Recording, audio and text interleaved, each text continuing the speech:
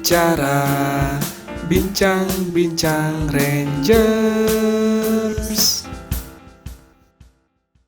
Malam semuanya, selamat malam semuanya.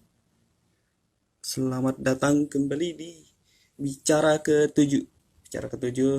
Bicara bincang-bincang Rangers. Terima kasih jempol-jempolnya semua. Padahal ada opsi lain, coba jangan jempol. Kali ini bersama saya Pasa, Content Director di Codex. Nanti bakal ditemani sama salah satu idola para remaja, Dita Amelia, atau biasa dikenal sebagai Hello Dita. Dia seorang ilustrator, seorang writer juga, seorang editor juga. Nah, kita tunggu dia masuk aja nih. Nanti kalau dia udah hadir, langsung kita invite.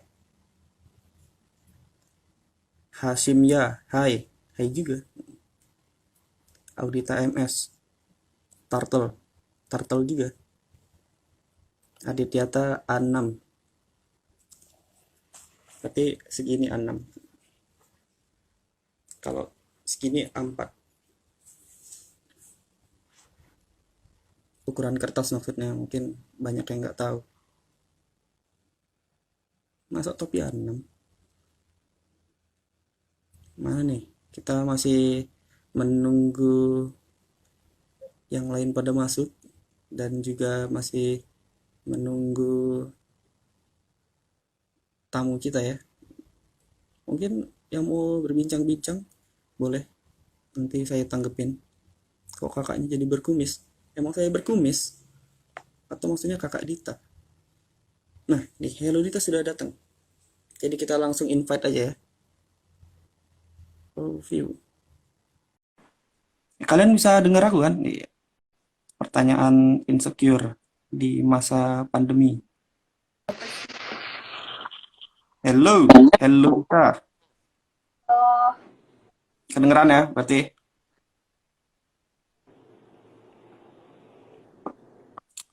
Jadi gimana? Sehat nggak? sehat, sehat, masih sehat, masih sehat. Udah mam belum? Udah, Tapi udah, aku udah. mau nanya nih. Eh, kan kau udah berapa bulan nih ditanyain dah mam belum itu? Itu oh udah mulai bosen gitu nggak sih ditanyain kayak kayaknya tiap live bakal ada yang nanya itu gitu. Nggak tahu Pasha, jadi awalnya itu justru gue yang mulai kayak gitu. Jadi kan gue sempat nemu satu meme buaya yang buayanya banyak. Salah satu Mm, pick up itu kayak cantik dah mam lu. Dari semua pick up line itu menurut gue paling lucu yang itu gitu, karena yang satu tuh cuma kamu ada yang marah nggak kalau aku ngasih kayak yang biasa-biasa aja gitu, pas bagian yang mm. kenapa jadi lucu gitu. Akhirnya gue bikin sendiri gitu si meme-nya.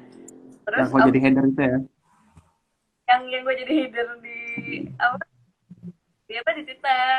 Twitter. Terus mentionin Hmm. teman-teman gitu, lama-lama orang-orang ikut juga mention gue kayak gitu, jadi ya udahlah gitu.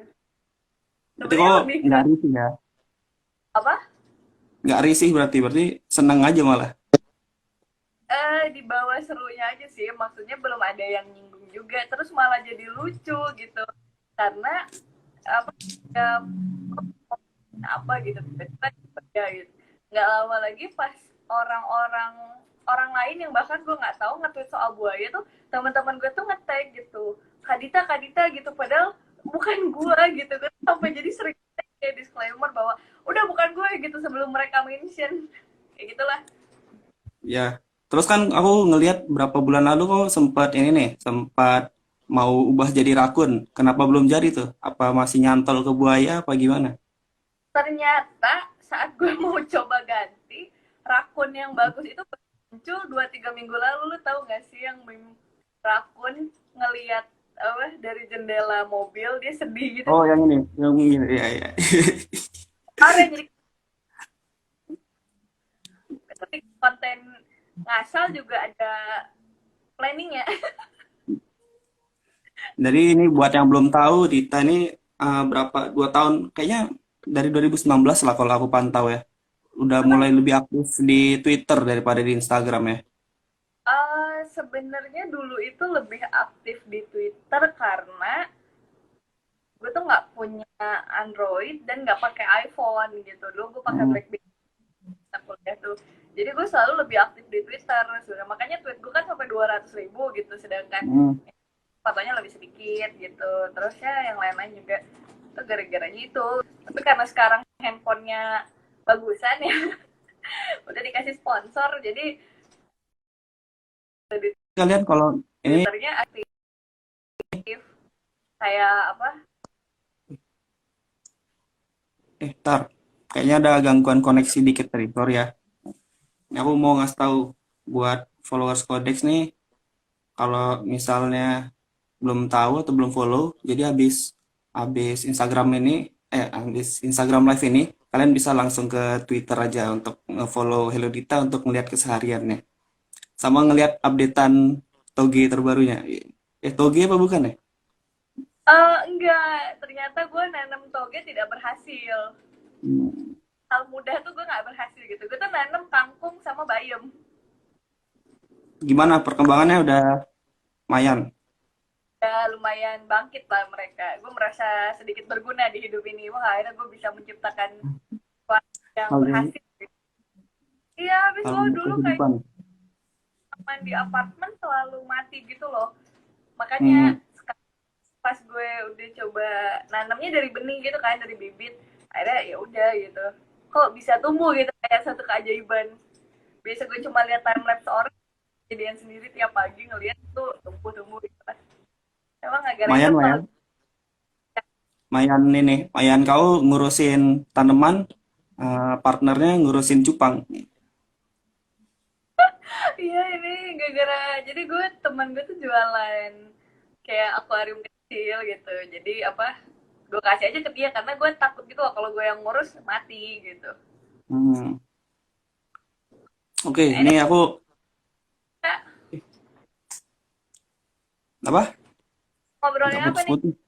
sama Nah, teman-teman? nih kita mau bahasin topik utama kita nih.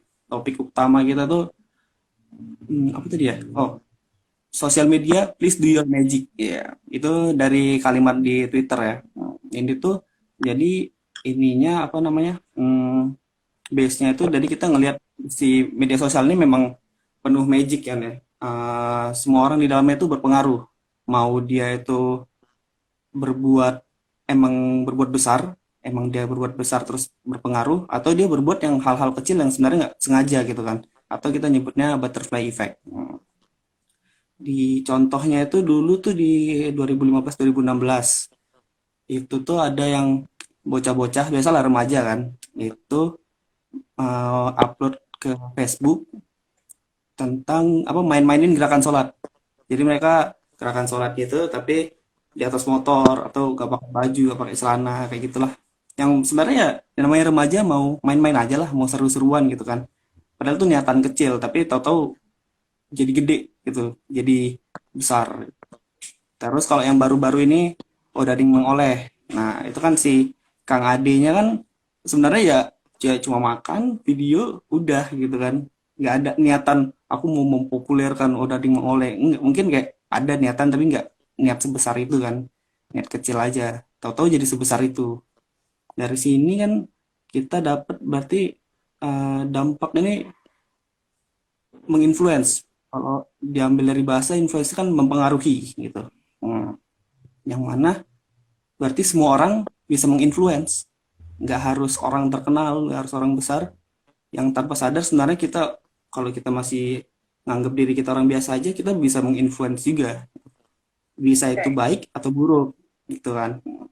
Jadi teman-teman itu dia topik kita malam ini. Nah, ini pertanyaan pertama untuk Dita tentang topiknya. Kira gue lagi kayak di Mulai kuis. mulai ngulik sosmed itu seingatmu di tahun berapa? Kalau sosmed itu sebenarnya dari zaman Friendster tahun Hmm, 2000 6. 2007. Kan gue tinggalnya di daerah tuh jadi masuk internetnya agak lama gitu. Jauh banget gitu. Itu Bandung sonoan lagi kayak. Anyway, jadi gue tuh pertama main Friendster, terus gue ngeliat kayak oh gini ya cara lo temenan di internet gitu, kayak lo bikin page lo gitu, terus lo bisa bikin testimoni lo gitu, terus lo bisa bikin galeri foto lo gitu, lo bisa customize tampilan sosmed lo seperti apa gitu. Itu impresi pertama gue. Terus juga kayak gue ngeliat ada dulu tuh MIRC, aduh gila tua banget, settingan lu cuma pakai nickname, lu beneran nggak tahu orang yang di depan lu ngobrol itu dia siapa, orang mana, kayak gitu tuh lu bisa nggak tahu. Simply cuma chatting. Cuma dari Friendster itu gue jadi mulai tahu, oh ini tuh sosmed ya. Cuma gue waktu itu beneran sebagai user yang lihat funnya aja gitu, nggak ngelihat ini akan menjadi sesuatu yang berpengaruh di kehidupan gue selanjutnya gitu, apalagi di karir. Jadi abis dari Friendster itu gue mulai lihat ada MySpace gitu, yang dulu tuh MySpace tuh sering dipakai sama musisi-musisi. Kayak oh kalau pakai MySpace tuh lu lebih keren gitu image. Terus gue ngeliat ada DeviantArt gitu, jadi gue kayak googling dia buat wallpaper, terus nemu di DeviantArt kan, kayak oh ada website khusus untuk gambar-gambar ya. Dan gue tuh kirain tuh kayak semacam Pinterest gitu loh, jadi kayak nggak jelas siapa yang gambar, itu kayak kumpulan Google Image gitu. Ternyata enggak gitu, setelah gue telusuri lagi, jadi lu bisa bikin galeri lo di DeviantArt gitu. Terus abis itu gue ngecek lagi kan, kayak setelah itu ada Facebook gitu. Di Facebook tuh lo bisa lebih personal dan juga lebih umum gitu loh. Nah di Facebook tuh gue malah lebih tahu gitu loh, oh cara temenan tuh seperti ini ya, kayak status lu dipakai untuk apa, lu bisa diskusi di situ. Gue tuh pernah sampai berantem sama orang di status Facebook gue sendiri, gara-gara gue nge-tweet lagi, gue nge-update status, maaf gue suka sama band ini gitu. Terus itu tuh kayak dulu tuh banyak antinya gitu, banyak yang gak suka sama band itu. Orang gitu. Coba, aku mau nebak nih. Dewi Gaskin bukan? SMP tuh. Iya, terusnya kayak gue ngerasa kok orang bisa sih berpendapat di internet seolah orang lain tidak berhak berpendapat juga gitu loh. Terus akhirnya gue ya Twitter, dan di Twitter juga itu kan lebih banyak dulu tuh cuma kalimat-kalimat doang kan, jadi nggak banyak foto-fotonya dulu di Twitter, nggak kayak sekarang. Terus dari itu tuh ngelihat lagi, itu kan selama gue SMP, SMA, dan SMA tuh gue mulai nulis blog gitu kan. Dari situ gue ngecek lagi, oh ternyata blog itu bisa lu pakai untuk nulis daily lo sharing, terus lu bisa bikin banyak deh di situ gitu. Jadi benar-benar personal lu tuh bisa diciptakan sendiri di internet gitu. Gue merasa seperti itu. Jadi kayak teman-teman gue tuh di sekolah tuh ngerasa kayak gue so asik gitu loh. Kok Dita di apa di sosmed kayak paling oke, paling pinter, tapi aslinya kan kayak ini gitu. Aslinya kan dia diem gitu, atau dia aslinya tuh beda gitu, yang lebih kayak gitu. Jadi gue merasa bahwa apa yang lo tampilkan di sosmed dan enggak itu bisa beda gitu, dan itu nggak apa-apa gitu, itu persona yang lo ciptakan. Gue tuh baru sampai situ, sampai akhirnya kuliah gue mulai ngulik-ngulik lagi gitu, main sosmed tuh kayak gimana. Terus akhirnya gue kan jadi suka banget sosmed setelah ada Instagram gitu, gimana ngupload gambar, hashtagnya berpengaruhnya kayak gimana gitu. Sampai akhirnya gue kan jadi kayak tim sosmed gitu, terus gue tim promosi, gue ngurus marketing. Jadi gue udah mulai lebih profesional gitu loh ngeliat sosmed gue, nggak yang cuma sekedar lo ngupload sesuatu di situ tuh tentang diri lo doang gitu, tapi apa sih yang bisa lo impact ke orang gitu, yang kayak tadi lo bilang influence gitu, kayak gimana gue nge-share gambar-gambar gue, ternyata orang jadi pengen bikin gambar juga gitu. Gimana gue nge-share tulisan gue, orang pengen nulis juga, atau saat gue nge-share pendapat gue, orang berpendapat sama ataupun bisa kontra, kayak gitu-gitu loh. Aku jadi dapat nih. Berarti kau mau menjadi influencer. Maksudnya influencer bukan influencer kayak istilah sekarang ya. Maksudnya mau menjadi menginspirasi orang, itu berarti kok sengaja lah ya, bisa dibilang gitu. Atau Kalau nggak sengaja sengaja? enggak sih, kayaknya gue emang punya cita-cita pengen jadi terkenal atau kaya aja deh pas. Kayaknya gue star Oke. syndrome. Cuma nggak kesampaian di kampus kita kan, gue kayak underdog gitu. Gue tuh sampai kayak temen-temen kampus kita tuh lagi nih, Dit lu tuh udah kayak urban legend di kampus, nggak ada yang tahu lu pernah kuliah. Maksudnya gue ngeliat kayak gue tidak bisa menjadi orang yang hebat banget di dunia nyata gitu, karena gue tuh dulu bener-bener nggak punya prestasi apa-apa gitu. Gue nggak ikut lomba, gue juga nggak yang pinter-pinter banget gitu, juga karya gue biasa aja gitu. Kayak apa sih yang bisa gue banggakan dari diri gue gitu. Akhirnya gue menciptakan persona di internet itu, kayak gue menjadi Hello Dita yang di satu sisi passionate gitu. Gue ngeliat kayak orang-orang tuh butuh sosok yang nanti akan mereka ikuti gitu. Oh kalau lu gambarnya jelek nggak apa-apa, ini Kadita juga gambarnya jelek dia bisa sukses gitu. Yang lebih seperti itu sih gue kayak ngasih contoh bahwa lu nggak apa-apa payah gitu, tapi kalau lu terus usaha dan lu nemu peluangnya lu pasti akan bisa juga gitu. Gue sih lebih kayak gitu sih, soalnya kalau jadi influencer yang gue pengen impact orang, sebenarnya nggak juga sih. Gue cuma pengen kadang bantu orang yang apa ya, menurut gue mereka tuh nggak confident sama dirinya sendiri, padahal menurut gue semua orang tuh punya apa ya, punya peluang itu di sosmed gitu, karena sosmed tuh udah kayak panggung gitu loh. Jadi lu Ya. tuh bisa sekarang di sosmed, karena kan sekarang platform sosmed yang populer banyak tuh, ada Instagram, ada Twitter, ada juga TikTok yang baru gitu. Dan di semua itu tuh kan orang-orang yang stand up tuh beda-beda gitu. Artis YouTube belum tentu terkenal di IG gitu. Artis IG belum tentu terkenal di Twitter. Capek. Yang ini lah. Sebenarnya kita tuh pahami diri dulu, terus pahami channelnya gitu ya, pahami medan perangnya lah gitu ya, biar nggak salah apa namanya? Platform. Misalnya nih, ya biar nggak salah platform. Jadi kayak misalnya kayak kau kemarin ternyata setelah ngulikin Friendster ke MySpace ke Facebook, ternyata kau lebih bisa all out di blog gitu kan. Nah, terus ini aku dapat ini insight baru untuk aku. Berarti kau ini soal persona kehidupan nyata sama persona sosmedmu berarti mulai seimbang itu di 2016 nggak? Mungkin mulai seimbang itu di saat gue udah, ya Udah mungkin cabut dari sekitar, kampus? karena sebenarnya kayak gini, waktu gue zaman sekolah itu gue nggak bisa ngefilter gitu loh, pas gue nge-share gue tinggal di mana, gue nge-share gue sekolah di mana, gue nge-share temen gue siapa aja gitu, lingkaran gue siapa, Hmm. yang itu adalah info-info berbahaya gitu. Maksud gue saat itu jatuh ke tangan orang yang tidak bertanggung jawab gitu, bisa disalahgunakan gitu, tiba-tiba ada pinjaman online gitu atas nama gue kan.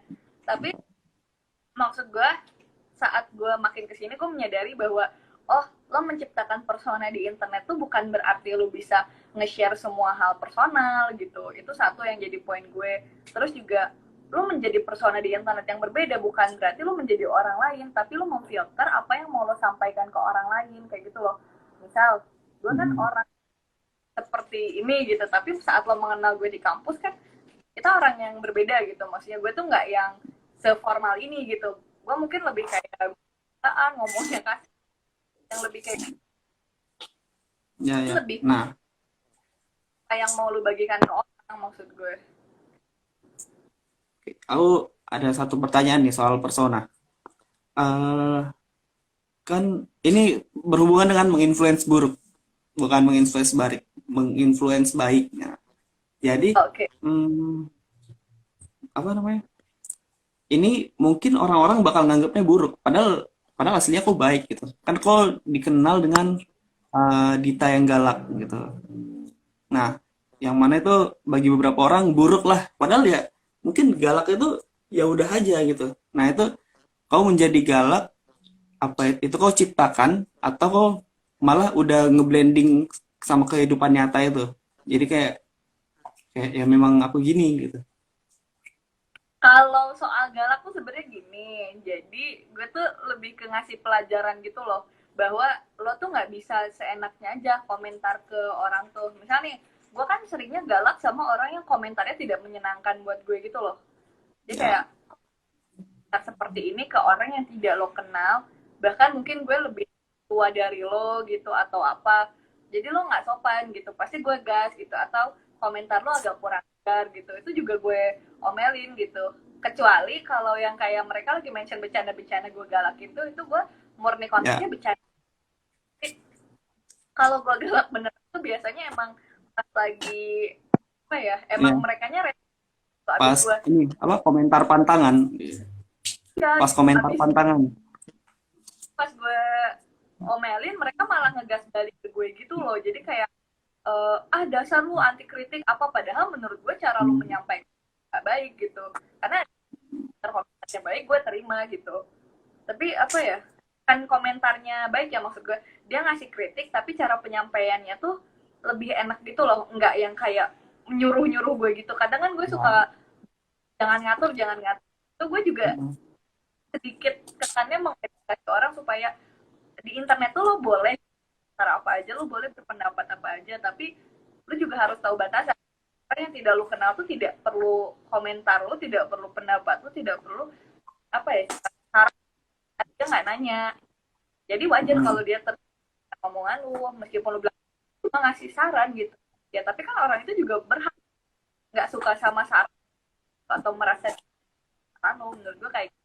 Tapi kalau yang kayak gue netizen gue rese sih itu biasa aja, maksudnya kayak mereka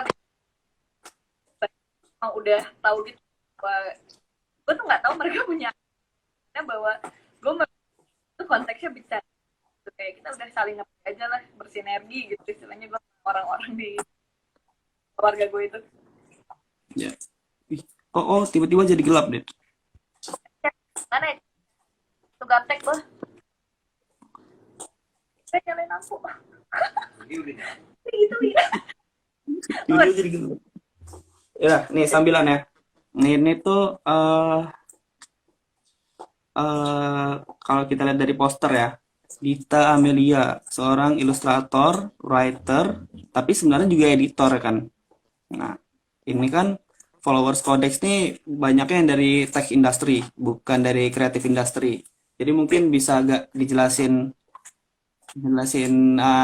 apa sih editor tuh ngapain sih? Tapi gak usah detail. Editor gini-gini nggak, yang ini aja, yang editor kayak gini. Gitu.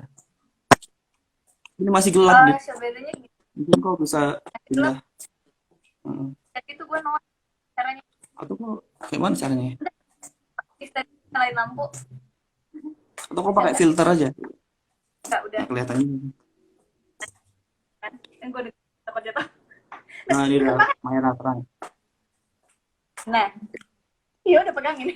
Oke, jadi maksud gue tuh kayak tadi kan lu nanya ilustrator, writer sama editor.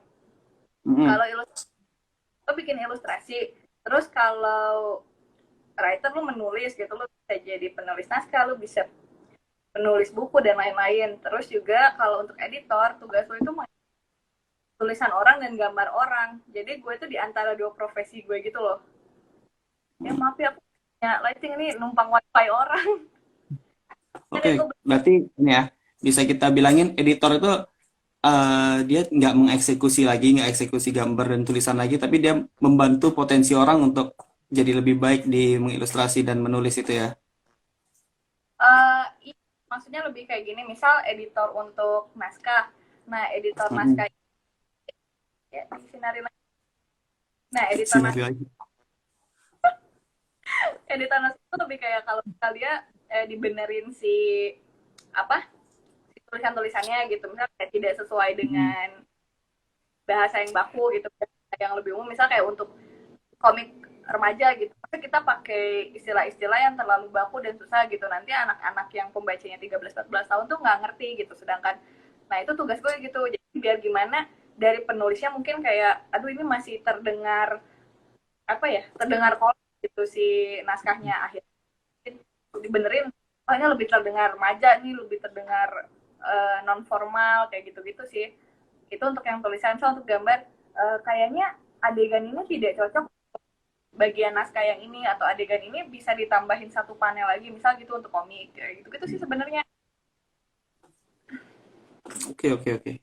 Itu menurut aku udah sangat jelas sih. Semoga yang lain sangat jelas ya. Mungkin kalian bisa komentarin, bilangin apakah udah jelas tentang apa itu editor.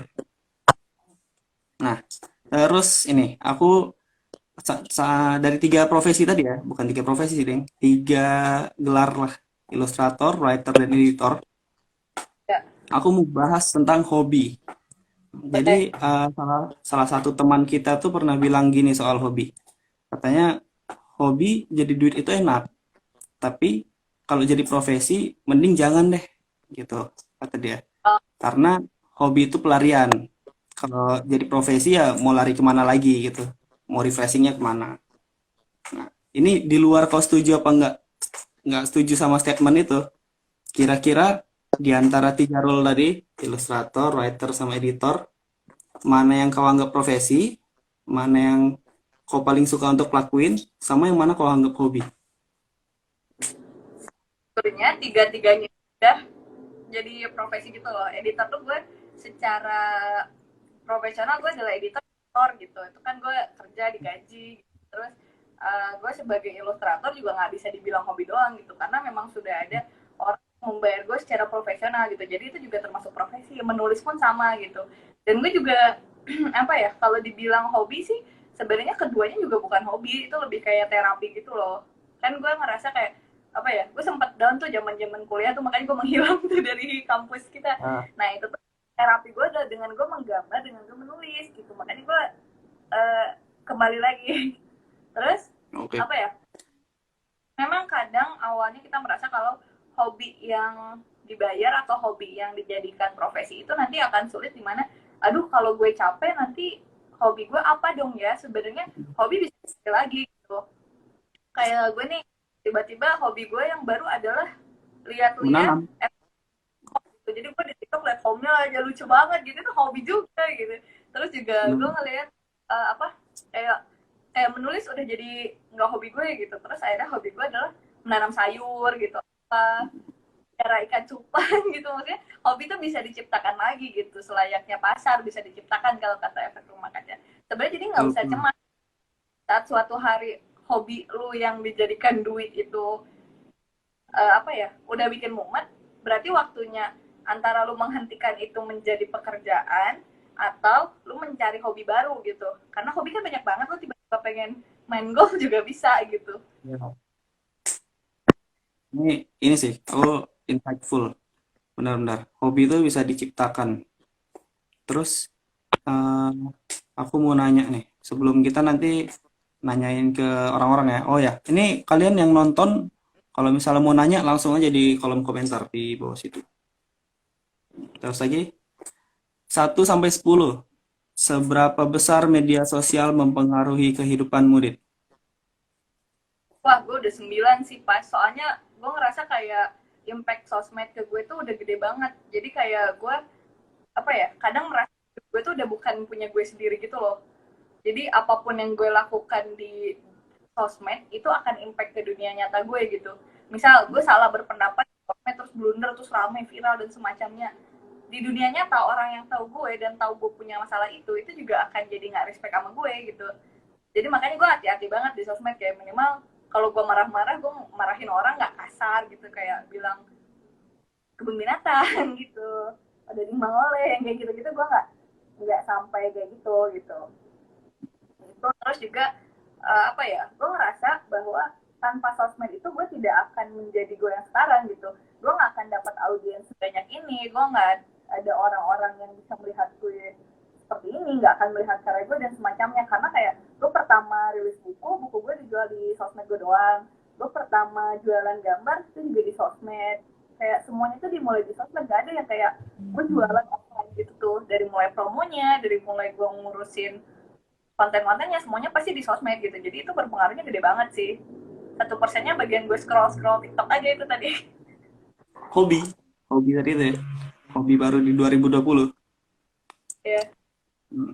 Ini soal soal salah tadi, salah melakukan sesuatu apa yang berdampak ke kehidupan nyata. Nah, pernah nggak sih tapi di mungkin di 5 tahun terakhir berarti, Apa tuh? jangan zaman SMA itu ya, di 5 tahun terakhir lah, di saat kau udah mulai disahkan menjadi influencer bagi disahkan, dianggap influencer bagi remaja-remaja dan idol-idol lainnya, apa ya, udah menginspirasi orang lah gitu. Pernah Ya. nggak sih kau buat kesalahan yang blunder gitu, kayak kau bilang tadi? Kalau kesalahan blunder yang sampai gede banget sih sebenarnya enggak, mentok-mentok apa ya, orang bete aja gitu loh ke gue. Kayak pernah gue lagi bikin giveaway di Twitter, terus Mm-mm. apa, gue kan ngerjain giveaway itu nggak pernah bilang kapan akan gue rilis gitu si giveaway-nya tuh, karena gue kan bener-bener nyari waktu yang kosong buat gue gambar gitu. Terus apa, orang sampai kayak nagih gitu loh, padahal dia juga belum tentu menang. Nah gue kan tidak seperti itu. Terus akhirnya gue ngomel, ya udah kalau nggak bayar kenapa maksa gitu, maksa gue harus gambar cepet gitu. Terus abis itu gue diserang tuh sama orang-orang yang mungkin tidak suka gue gitu, atau apa yang emang nunggu gue blunder aja, yang sampai bilang apa ya waktu itu, oh kan lu yang minta di itu diadain apa, lu yang minta orang-orang ikutan giveaway lo, sekarang ditagih malah kayak gitu. Ya gue ditagihnya tuh poinnya adalah seolah-olah lu berhutang gitu loh sama lu, sedangkan gue bikin tuh fun gitu untuk bagi-bagi gitu. Maksud gue nggak mau gue doang yang take advantage di sosmed ini gitu, gue juga pengen ada fungsi untuk orang lain, minimal gue bikin mereka senang dengan gambar-gambar gue yang gratis itu kan. Jadi pas tiba tuntut untuk cepat ya gue merasa tersinggung, terus banyak yang nyerang-nyerang gue, tapi untungnya juga banyak yang belain gitu, kayak mereka tuh ngerti gitu gue tuh bukan orang yang hidupnya nganggur-nganggur aja gitu. Jadi sejauh ini kalau blunder ada yang belain gitu, yang namanya juga pro kontra gitu, tapi nggak ada yang sampai viral banget. Nah, posting gue kayak main buaya gitu, video-video yang gue share kayak gitu doang, nggak ada tuh prestasi gue masuk internet. Oke, berarti aman lah ya 5 tahun terakhirnya ya, hitungannya aman lah. Itu pun tadi hitungannya nggak blunder ya, hitungannya memang emang ya emang salah juga dianya gitu. Nah, maksudnya terus orang-orang tuh yang bela-belain orang itu tuh lebih ke karena apa ya? Ya karena emang pengen nyerang gue aja gitu loh. Apa ini loh orang-orang yang nunggu celah kau gitu ya? Karena yang kayak ngerasa ah ini adalah momen gue untuk menyerang dia gitu. Karena kemarin-kemarin gue anteng-anteng aja nggak ada apa-apa gitu, tiba-tiba ini orang Sama ya. gue gitu. Terus ya udah itu beberapa kali kok maksudnya. Tapi ya gue lama-lama ngeliat bahwa ya memang ada orang-orang yang memang merasa apa ya, punya waktu luang untuk benci orang lain gitu loh, padahal gue kenal dia juga kagak, dia mungkin nggak suka gue karena gue sering muncul di timeline dia, atau orang mengidolakan gue dan dia tidak suka itu. Jadi poin-poin yang menurut gue nggak make sense gitu, kenapa lo nggak suka gue, bahkan kita nggak kenal gitu, dan gue tidak pernah mengusik hidup lo gitu loh. Tapi ya happens lah gitu, yang kayak gitu-gitu tuh. Mungkin kita anggap aja mungkin tuh profesi dia ya. Jadi bukan nganggur dia, bukan punya Profesi gue waktu, tapi memang emang itu dia. Kerjaan dia memang menghina orang, mencari celah. Oke. Terus aku mau nanya ini. eh Kau kan menjadi influence, tapi kalau kau lihat apa timeline hidupmu, siapa 3 orang yang paling menginfluence diri kau? hmm, siapa ya, kalau gue pertama banget tuh udah jelas Raditya Dika ya. Gue baca buku Hmm. dia, gue jadi gue pengen gimana sih gue bisa jadi kayak dia gitu. Jadi sekarang gue ada di poin dimana dia memulai gitu loh, bikin buku Ya. gitu, terus dan semacamnya gitu. Bedanya dia nggak bisa gambar aja. Terus itu influence gue tuh siapa lagi ya, Tuh, aku kayak agak ngekat nih soal Raditya Dika. Berarti kau ngeblok juga karena Raditya Dika ya? lu iya. Jadi awalnya itu gue ngeliat kayak kok kok lighting gue nih gue pegang aja deh. eh, Nah, jadi gue tuh waktu Raditya Dika tuh gue ngerasa kayak, kan gue baca tuh si bukunya, terus gue ngecek ada blogspotnya dan semacamnya. Terus gue Hmm. juga baca yang ada blogspotnya, gue ngerasa kok setiap website ini ada blogspotnya. Emang blogspot ini apa? Pas gue cek ternyata gue bisa bikin sendiri. Jadi lu tuh blog gue banyak banget tuh, gue ganti-ganti nama apa, so nyari yang keren kan, gue belum punya. Kan Bener. belum, kalau dia tuh gue tuh baru 12. Terus akhirnya ya udah gitu, gue ngeliat kayak oh ternyata di blog tuh lu bisa sharing ya. Nah makanya gue bikin blog karena dia, dan itu tuh beneran cara nulisnya masih kayak dia gitu loh, yang masih dilucu-lucuin gak lucu itu. Bayang, bayang, bayang. Aku soalnya salah satu korban dia juga. Kayak, Ya kan, kayak ya, Raditya Dika ngeblok menarik juga gitu. itu kayak gue baru tahu bahwa cerita keseharian lu yang tidak dikenal orang, kenapa bisa menarik ya. Dan sampai saat itu aku jadi punya poin bahwa setiap orang tuh bisa punya cerita yang seru gitu. Makanya kadang gue di Instagram gue yang satu lagi yang di Tamelia itu gue suka Hmm. sharing-sharing sama, itu dapat point of view lain. Kadang kalau kita nggak diskusi, mereka sharing sesuatu ke gue gitu. Makanya cerita-cerita gue tuh untuk podcast, untuk buku dan semacam itu rata-rata dari orang-orang yang kayak gitu mereka sharing apa gue ambil intisarinya, gue tulis ulang kayak gitu. Terus siapa lagi ya, mungkin Fatia Izati, dia yang youtuber Faniza tuh. itu. Dia kan gue ngelihat apa ya, dia tuh kan tadinya beneran yang bukan siapa-siapa gitu kan. Gue ngeliat kayak oke, lu di internet lu bikin YouTube, lu bikin 21 Action itu, terus gue ngeliat kayak kok lu menarik ya gitu, kehidupan personal lu tuh jadi cukup menarik untuk gue tonton gitu. Gue ngelihatnya terus gimana dia bisa ngejar passion dia gitu. Dia kan pengen jadi vokalis band, dia bisa jadi vokalis band. Gue ngerasa oh gue juga berarti bisa. Saat gue ngejar mimpi gue pengen jadi editor, gue pengen jadi penulis, gue pengen jadi ilustrator, gue bisa dapetin semua itu gitu. Satu lagi siapa ya? Oh nih, sambil kau mikir, aku mau ngasih tahu buat kalian yang mau nanya langsung di ini ya, di kolom komentar di bawah. Gue tahu nih satu lagi siapa. Jadi satu lagi itu ada penulis favorit gue namanya Valian. Dia itu gue baca bukunya dari SMA sampai gue ketemu dia benerannya pas gue kuliah, dan kita sempat ketemu lagi gitu. Gue ngelihat kayak gimana sih dia memperlakukan orang di internet. Itu yang gue lihat kayak di Twitter tuh cara dia ngasih pendapat gitu. Selain dari tulisan-tulisan dia di buku tuh, gue ngeliat juga gitu, oh gini ya cara lu react sesuatu gitu. Jadi nggak yang sembarangan-sembarangan gitu loh. Terus juga gue ngeliat gimana dia nge-treat orang yang support dia gitu. Jadi gue ngelakuin itu juga ke orang-orang yang support gue. Gue tuh nggak pernah nyebut orang di internet itu sebagai followers gue tuh selalu bilang warga aja gitu, karena gue juga nyebut gue warga gitu. Jadi kita tuh semua sama gitu, mau gue followersnya lebih banyak, mau gue kerjaannya lebih banyak gitu, lu manusia gue manusia gitu. Cuma mungkin lu melihat gue berbeda aja gitu, jadi perbedaan pandangannya tuh bukan di gue gitu, karena gue masih melihat lo sama gitu. Gue tuh nggak mau yang kesannya kalau gue bilang orang lain followers kan itu kesannya kayak gue menempatkan posisi gue di level yang lebih tinggi dong, karena gue punya pengikut. Nah itu tuh gue nggak mau gitu, dan gue melihat itu terjadi di Kak Fabio gitu, gimana dia nggak pernah menyebut orang-orang di internet itu sebagai followers, karena menurut gue apa ya, selain agak self centric juga agak apa ya, kayak kepedean gitu nggak sih, kan nggak semua orang yang Narsis follow gue ya. ya akun palsu yang pengen itu mungkin mantannya mantan lu gitu, atau siapa orang yang nggak suka sama lu, ya kita nggak pernah tahu gitu. Hmm, oke oke. Ini ada pertanyaan nih dari Sudoli. Sudoli katanya cara mempertahankan mood hobi kita. Ih, masa mood hobi? Ini rada Uh, ini mood hobi. Kalau gue tuh apa ya, kalau mood hobi misal nih, namanya juga ya.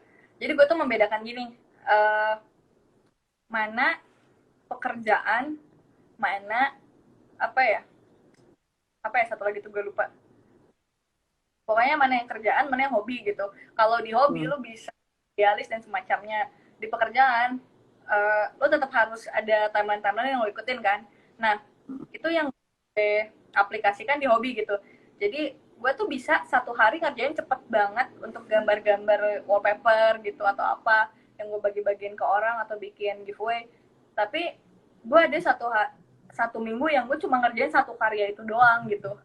Jadi sebenarnya nggak usah yang lu memaksakan diri harus selesai saat itu atau harus selesai sekian lama, karena namanya juga hobi. Kalau itu menjadi beban buat lu, itu udah bukan hobi lagi menurut gue.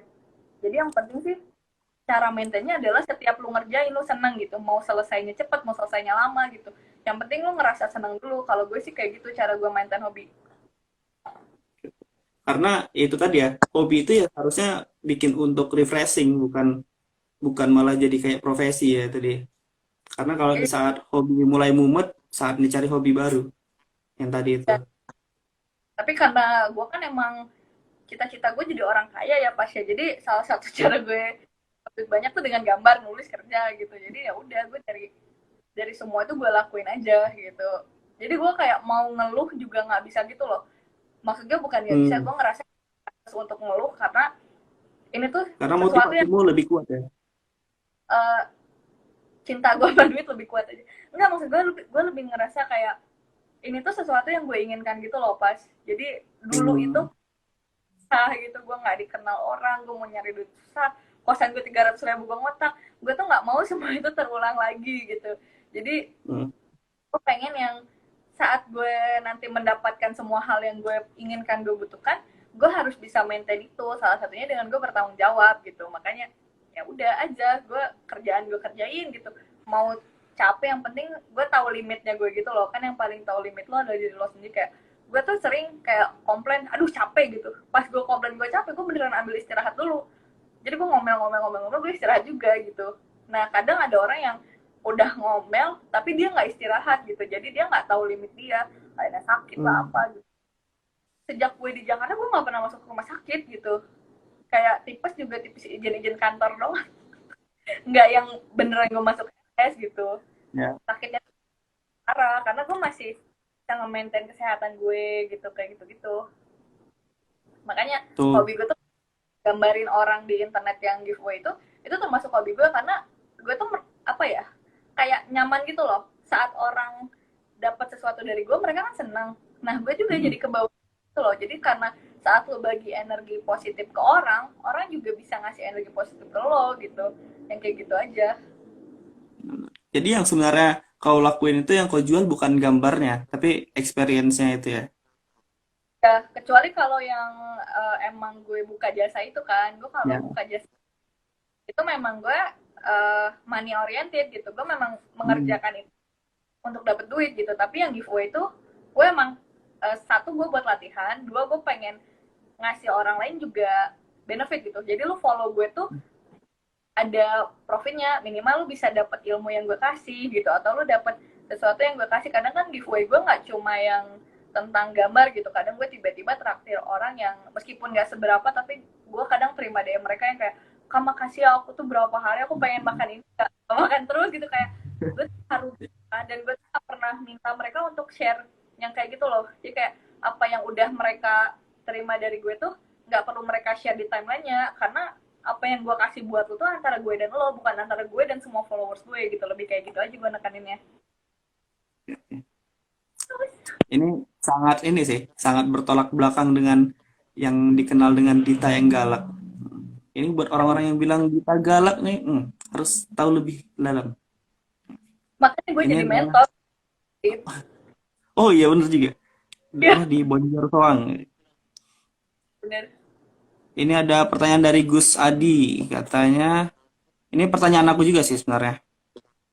Ah, bisa nggak sih tiga profesi tadi itu untuk bikin satu komik? Jadi di situ kau editornya, di situ kau ilustratornya, di situ kau writernya. Tapi pertanyaannya ini ya, kalau kalau dibilang bisa ya bisa lah. Kalau misalnya memang mau buat aja kan. Nah, tapi kalau di industrinya bisa nggak sih?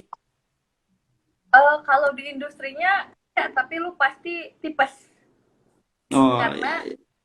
sama aja gini, yang ngetim nulis, gambar dan editor, misalnya gue bertiga nih, itu aja kita Mm, udah kayak anggapan gitu loh. Karena kan kalau lu udah official gitu, misal di salah satu platform, lu rilis udah seminggu sekali tiap hari apa, terus nggak kekejar, itu tuh semua tim lu tuh harus kerja juga gitu. Belum lagi kalau lu punya asisten macamnya gitu. Jadi menurut gue lu bisa kayak gitu, tapi ya lu harus juga gitu. Sebenarnya lebih ke tahu batasan aja. Nggak apa-apa kok kalau misal lu merasa kayak gue di komik gue yang lama, gue tuh double gitu loh. Jadi gue lettering, lettering tuh yang ngisi-ngisi dialognya itu mm. kayak ngasih, kayak misalnya ini ada kalau orang nabrak bruk gitu, ada tulisan kayak gitunya tuh gue yang ngisi juga. Sama gue yang ngurus finalnya, terus gue juga yang ngeditorin. Jadi pas dari naskah awal gue kasih apa, gue edit lagi, terus gue ngeditnya tuh 2-3 kali gitu loh, pas hari gue terima apa komiknya sama hari sebelum tayang gitu. Itu jadi gue ngedit beberapa kali, itu possible gitu. Cuma ngelihat kapasitas kerja juga gitu. Kalau cuma bikin komik strip yang 4 panel, lo ngelakuin semua itu juga nggak masalah. Tapi kalau lu udah yang satu chapter misal 20-30 halaman per minggu, wah mending lu cari lagi kerja sama daripada gitu. Tuh buat Gus Adi itu ya sangat menjawab sih harusnya. Oke, oke. Ini kalian yang mau nanya lagi bisa sih. Tapi ini, aku soal yang tadi tuh, soal jadi bikin komik itu iya. Maksudnya kalau misalnya memang mau postingan, bukan di industri gitu ya, postingannya sebulan sekali mungkin ya nggak capek juga gitu. Tapi kalau misalnya ngejar tayang ini di industri ya kayaknya mending kolaborasi lah gitu ya. Tapi kolaborasi juga apa ya, kadang ada yang kayak gini. Gue tuh sempat kolaborasi sama beberapa komikus kan. Jadi kalau Mm-mm. gue yang awal-awal tuh gue emang tidak membayar mereka gitu, tapi gue nggak yang ngambil kredit banyak gitu, kayak di postnya udah di akun mereka aja, tapi gue bantu promoin gitu. Tapi kalau misal gue udah sekarang kan, gue udah di industri, terus itu gue beneran bayar si ilustratornya gitu. Kayak gue sempat ikutan lomba tuh di webtoon yang gue Mm-mm. bikin komik. Nah itu tuh gue ngumpulin duit buat bayar ilustratornya dulu. Jadi meskipun komiknya nggak menang, tapi komikus gue tetap dapat untungnya gitu loh. Mm-mm. Meskipun menang lo tetap dapat profit gitu, nggak yang cuma sekedar yuk ikut nanti kalau menang hadiahnya dibagi dua. Gue nggak mau kayak gitu gitu. Menurut gue itu malah jadi gue nggak profesional. Kayak gitu-gitu sih sebenarnya. Wah, ini sih sangat insightful untuk aku. Semoga untuk kalian semua yang nonton juga insightful ya. Ini pada ngasih jempol, aku kasih jempol juga. Oke lah. Ini karena ternyata 10 menit lagi waktu kita udah habis. Jadi aku mau uh, satu aja deh, satu aja. Mau minta satu pesan dari kau untuk orang-orang yang topik kita menginfluence Hmm. tentang influencing in social media. Kalau dari aku sih, kalau bisa apa ya, meskipun banyak banget informasi yang kita terima, coba dipilah-pilih lagi gitu. Mana sih yang emang apa istilahnya, yang emang perlu kita sebarkan dan enggak gitu. Kan kadang kita tuh suka gatel nyebarin berita-berita yang menurut gua nggak terlalu valuable untuk di itu gitu, untuk di share gitu. Jadi terus karena kadang orang tuh melihat gitu loh, dari apa yang lu share itu ngeganggu branding lu juga gitu. Terus apa, kalau bikin branding di sosmed juga udah mulai apa mikir-mikir gitu loh, apa sih yang mau gue tampilkan di sosmed, apa sih yang nggak mau gue tampilkan di sosmed, supaya itu nggak jadi blunder juga gitu. Kayak gue tidak pernah menampilkan keluarga gue, jadi kalau gue ada masalah ya udah yang kena gue doang gitu. Gue nggak pernah ngomongin kantor gue kenceng banget gitu, jadi akhirnya kalau gue ada masalah yang kena gue doang, nggak pernah kena kantor gue kayak gitu. Oke, oke. Ini padahal seharusnya pesan ini jadi closing biar keren. Tapi ternyata ada satu pertanyaan menarik ini dari Arini Dina. Katanya eh pernah nggak sih apa gimana ya bilangnya? Rehat dari sosmed atau kok ini lebih tepatnya kau pernah nggak sih jenuh sama sosmed yang kau udah begitu mencintai lah bilangnya ya, begitu banyak berpengaruh ke hidupmu tapi kau tahu-tahu jenuh sama itu gitu, pernah nggak sih, ada masanya nggak sih? Sering banget pas dulu zaman gue baru punya 3.000 5.000 followers itu, kan kayak notif gue rame banget, dan gue tuh kayak agak-agak jeleknya tuh gue merasa star syndrome gitu, karena merasa semua atensi di gue kan. Cuma Ya. itu jadi orang jadi ada yang nggak suka sama gue gitu, dan gue merasakan itu. Jadi gue merasa saat orang nggak suka sama lo tuh lo bisa merasakan juga gitu. Kayak gue nggak mau main sosmed sama sekali karena DM gue isinya nggak enak gitu, komen gue isinya nggak enak. Terus gue liat postingan orang komen-komen tuh ngomongin gue, jadi ya udah gue diaktif akun. Pernah dulu 2000 berapa gitu, 2017, Ya, 2006, 17. Nah, gue 16 akhir diaktif. apa 17 gitulah. Pokoknya pernah diaktif 2 mingguan. Gue diaktif, nggak buka apa, nggak buka Instagram, nggak buka Twitter. Ya udah gue cuma buka line doang gitu, chatting-chatting sama teman-teman gue gitu, baca-baca komik. Sebenarnya itu membantu, tapi juga kalau itu terjadi di zaman sekarang, maksudnya di saat gue sudah di posisi sekarang, itu sulit. Karena Hmm. kerjaan gue kan di situ semua. Gue tuh pernah ngerasa kayak kayak 2 minggu lalu gitu, gue udah capek banget dan gue pengen, aduh gue nggak mau buka sosmed dan semacamnya, tapi gue nggak bisa karena manajer gue tiba-tiba bilang, Dit ada kerjaan ini harus posting tanggal segini jam segini gitu, itu satu. Terus juga Dit ini ada untuk live sama siapa gitu misal kayak gitu, jadi gue nggak bisa bener-bener ninggalin, rasa oh ini lagi ada apa yang seru yang gue bisa sharing ke orang gitu. Akhirnya gue mengubah dengan kayak melimitasi gitu loh, jadi gue nggak melihat semuanya, kayak gue bukannya jadi cuma sedikit gitu, mungkin cuma 10 menit, terus Oh. nggak banyak orang itu gue buka gitu, misal Hmm.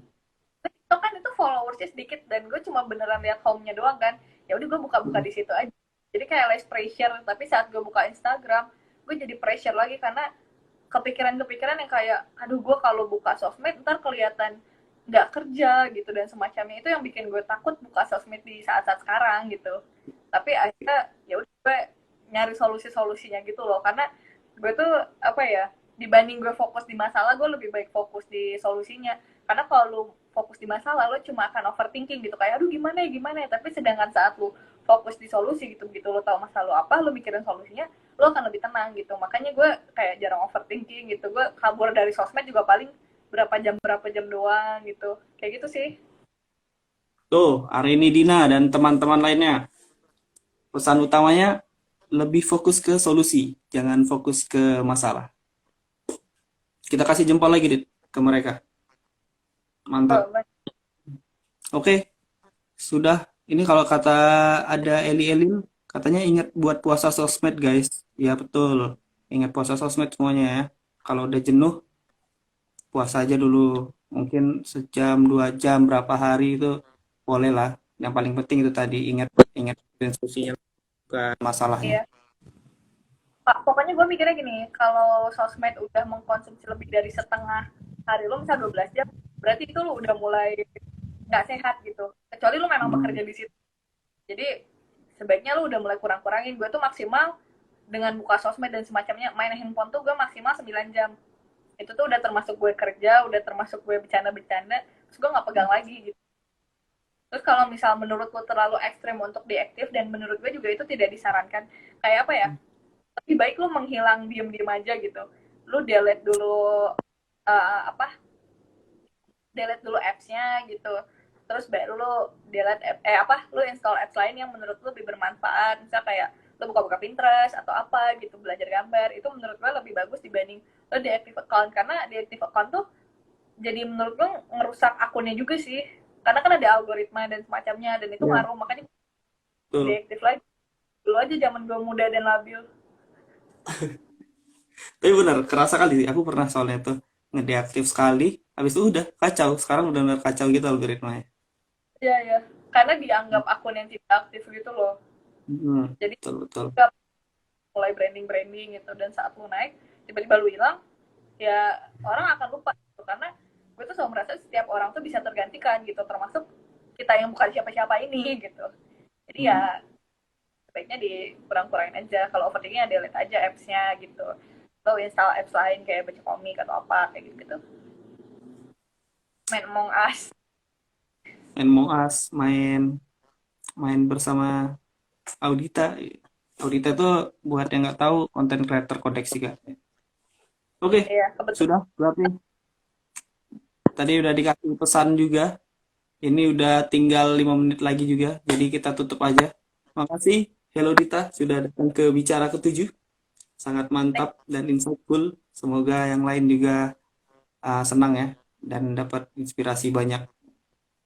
Terus lagi ini nanti Ajilaf ini bakal masuk ke IGTV, jadi kalian bisa tetap nonton sama nanti bakal masuk di podcast di Spotify, podcast 730.